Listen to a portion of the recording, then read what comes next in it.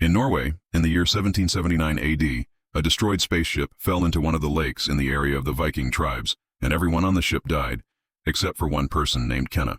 As soon as he woke up after the incident and found his colleague killed with several stab wounds, he showed signs of stress and anxiety.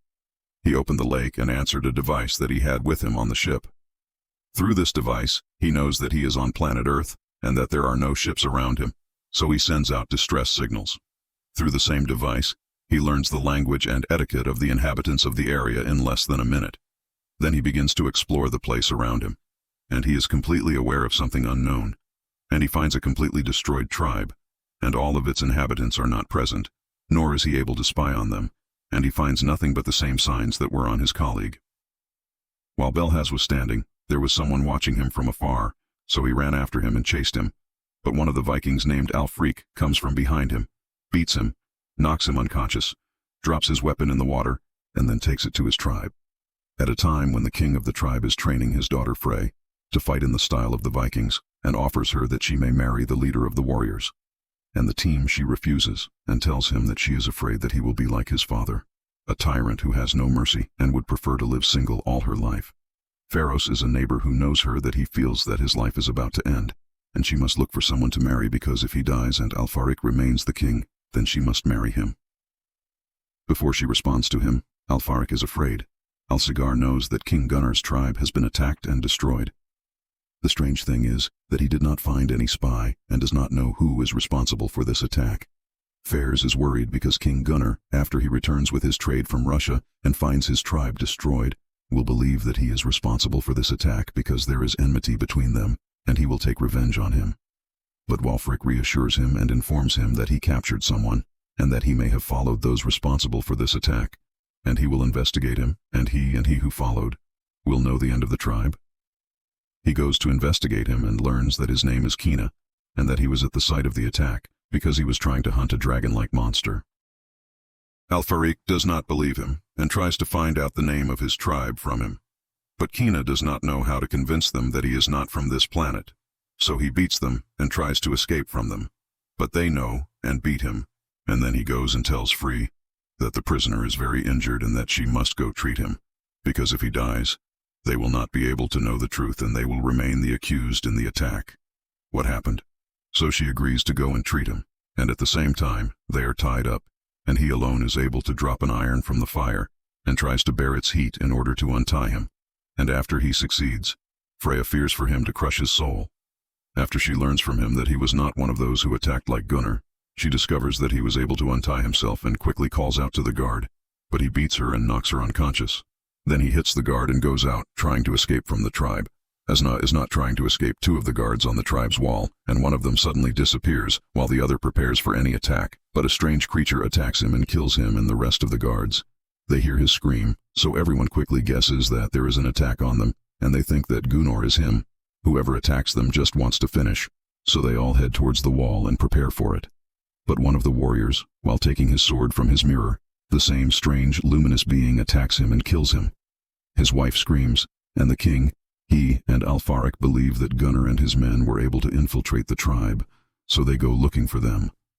And when Kainan sees the luminous being, one of the warriors is looking for him, so he goes after him and prepares to fight him because he believes that Kenna is the one attacking them, but he feels that Kenna was attacking him and killing him, and when Kenna sees it, he runs towards him and calls him in the name of Marwan, but the monster takes the body of one of the people he killed and runs away. Above, Okina tries to go after him, but when Wulfric and his men see him, they think that he is trying to escape and go to catch him and tie him up. They are surprised by the way in which the warriors died, so they understand that the one who attacked them was not human. When he is tied up, he sees one of the Vikings sad for his wife after the monster killed her. He thinks of his wife and his son who also died because of the monster, and he remembers how sad he was for them and feels the man's feelings. The next day, he wakes up to a child eating in front of him, and when he finds the child tied up and without eating, it is difficult for him, and he extends his hand so that I can give him food. But the guards prevent him and take him back to the king so that he can understand who attacked him like the gunner. And he attacked them as well, and 5 of them were killed. They know that this creature is a monster. I forget its name. Maroon is able to generate luminous energy from its body that helps it attract its prey and hunt it with ease. The Razgar does not believe him because he had never heard of a monster with that name before. but they knew that he was not even from planet Earth, and that he was on a mission, and Merwin was able to infiltrate his ship after killing everyone with him and destroying the ship. He was forced to land on planet Earth and try to save himself. Of which, and after Rosgar hears it to the other, he knows that it is impossible to believe the fairy tale he told, and whoever did it, he will look for him and kill him. We don't care if he believes him, and the one who is lying asks him to go with them while they are looking for the perpetrator, because when they are sure that what he says is true, they will need him to know how to eliminate this monster. Then he asks him in the morning to tie him up so they can take him with them. Before she goes, she takes her rights from him first and returns the pen that was hers, and then they take it and walk. While Asna is on the way, Alfarik finds traces of blood on the ground, so he knows the direction he is going from, and agrees with the warriors that they will divide themselves into 2 groups and besiege the place.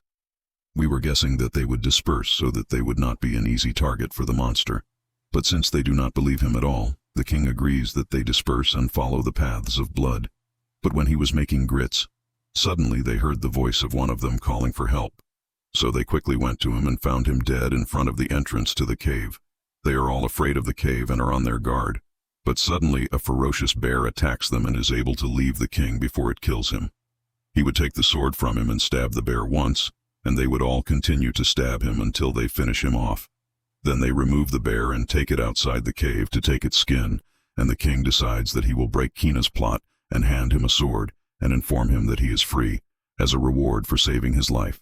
Then they return to the tribe and celebrate their victory over the monster that threatened their lives. Asnaya was not celebrating, but he saw the child who was trying to eat him while he was tied up and asked him his name, but he does not want to answer him, nor does he want to take food from him.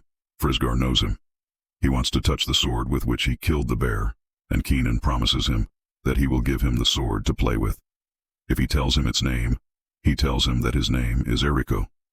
He takes the sword from him and goes to play with it, and Rusgar tells him that Eric is always sad because his father and mother died about a year ago at the hands of people. They attacked them, and then all the warriors ended the celebration by playing shields, which means that each warrior will remove a shield, and 2 of them will keep moving on them, and whoever falls will lose. Since the team is the most keen fighter in the game, Kainan chooses to challenge him, and Kainan accepts the challenge, and everyone in attendance believes that Kenna is the one who will lose quickly because he is not in charge. He does not know anything about the game, but he can run and break free in the game without falling, and everyone in attendance is amazed by his skills, including Freya. When the freak finds it, he is able to overcome it, and it will move faster than him over the shields. He decides to make a difficult move that he is the only one who can do in order to lose Kaina, but he surprises everyone and does it skillfully, and even though the shield breaks and falls from above him, the freak goes to salute him for his skills and announces that they are tied. Then a group goes to thank him for saving their father's life and killing the bear, so he tries to make them understand that the bear is not the monster that attacked them and that the danger still exists. Before he could finish his words, Gunnar and his men suddenly attack the tribe quickly, alerting everyone. Without any understanding, a battle begins between them and Gunnar. When he finds that the number of the freak and his men is greater than their number, he decides that he is looking for the king and trying to kill him.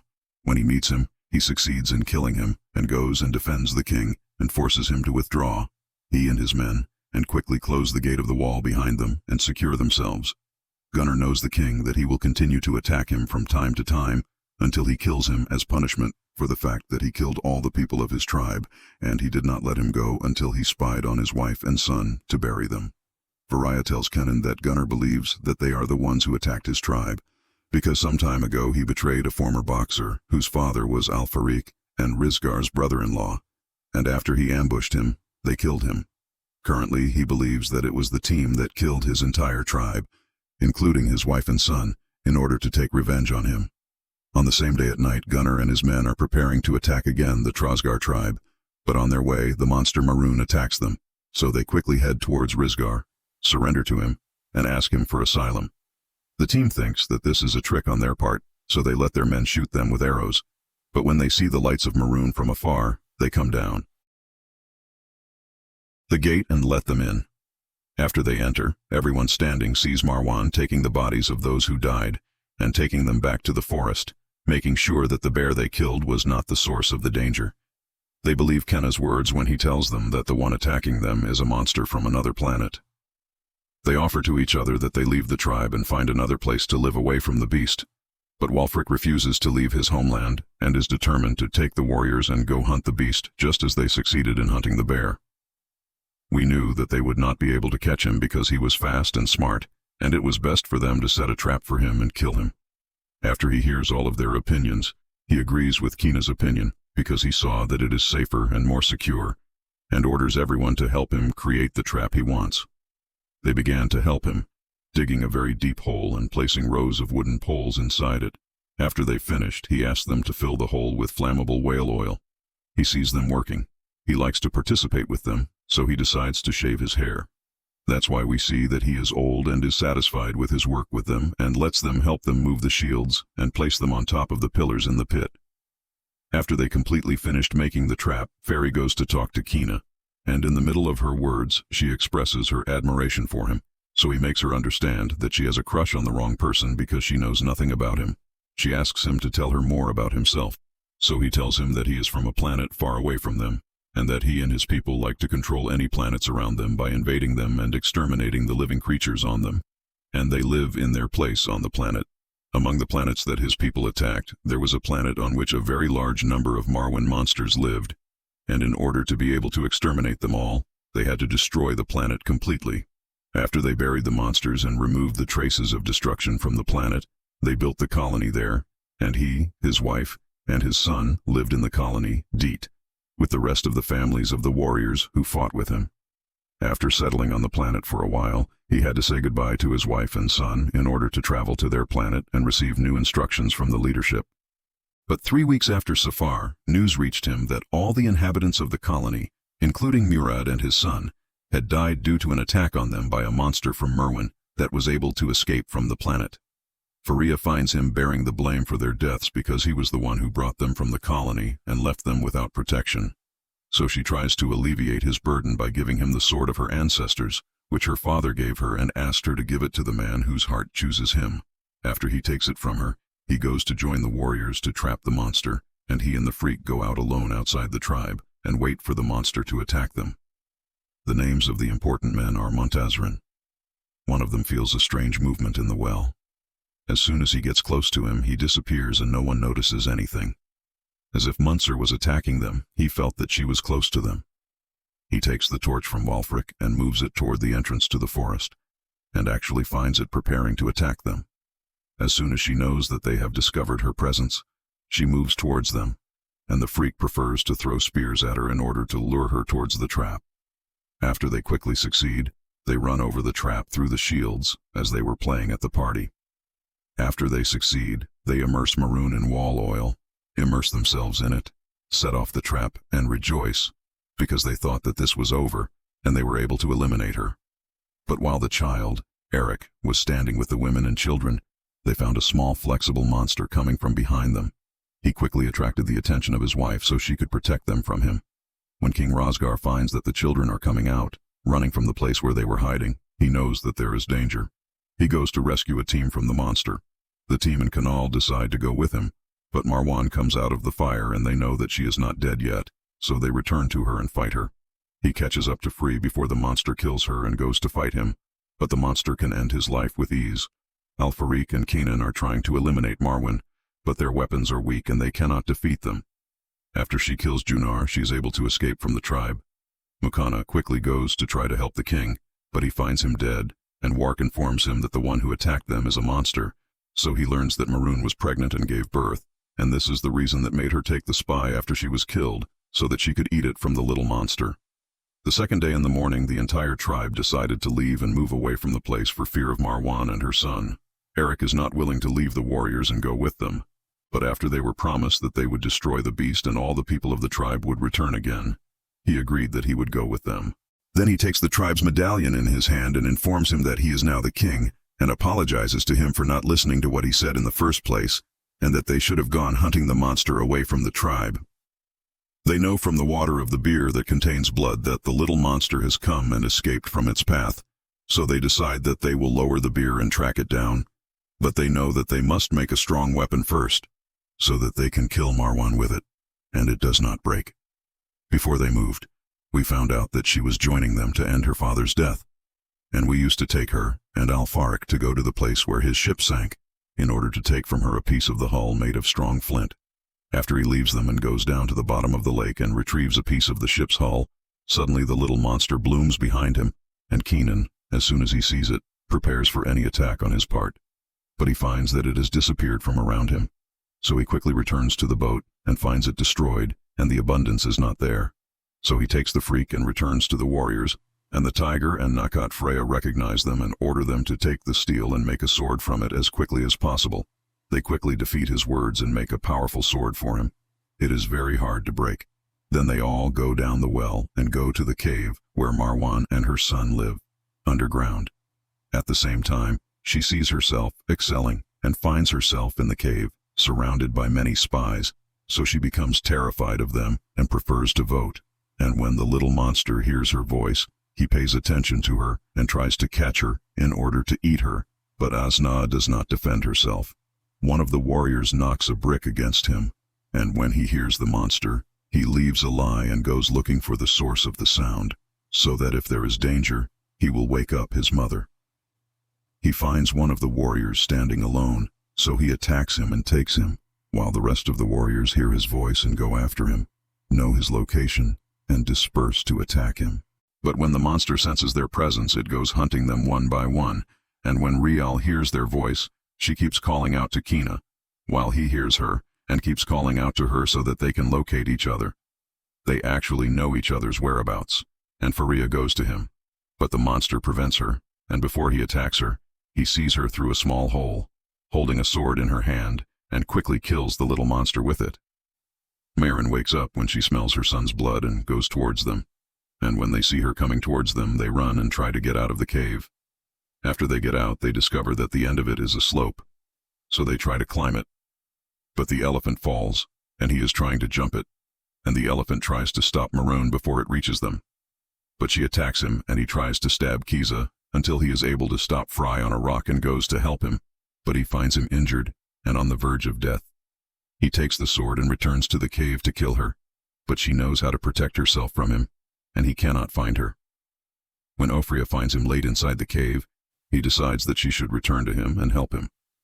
At the same time, he sees Maran with the sword, and she is coming from behind him, so he attacks her, and Faria comes from behind her and stabs her with a spear, and they both manage to stab her once and knock her off the cliff. But before she falls, she grabs an arm and tries to return to them. Her arm is quickly cut off with a sword, and she falls from a very high distance, while they remain certain that she will die from the fall and from excessive bleeding. Then Wulfric returns to him, and before he dies, he holds Kina's medal of government in his hands, and asks him to protect Faria and the people of his tribe. After an entity dies, they take a libel and climb the cliff, and the tribe's people return to them after they saw the monster Maroon fall. Kina bid farewell to Freya, holding the medal in her hand, and asked her to go to her family because he was leaving them. She was very sad, and after he left her, he went to bid farewell to his wife's body, which was in a coffin with him on the ship. After he leaves the coffin in the lake, he goes to the device that had the ship with it, and sends distress signals to his people, and Freya will be watching him. But after he succeeds, and sees a spaceship following him coming towards him, he feels how much he loves Freya, and that he will not be able to stay away from her, and he is afraid that his people will not let him know that planet Earth is fit for life, and they will occupy it. The device is destroyed, the signal is cut off, and the ship returns again to space. Then he returns to the tribe, and after he holds a royal funeral, Alfaric and Al-Ruskar, Firia, hands over to him the reins, and thus he becomes the new king of the tribe. After he marries Firia, they both decide that they will adopt the child, Eric, and let him live with them. And here the movie ends. I hope you liked the movie summary. Support me with a like, and don't forget to let me know what you think about it in the comments. Hello.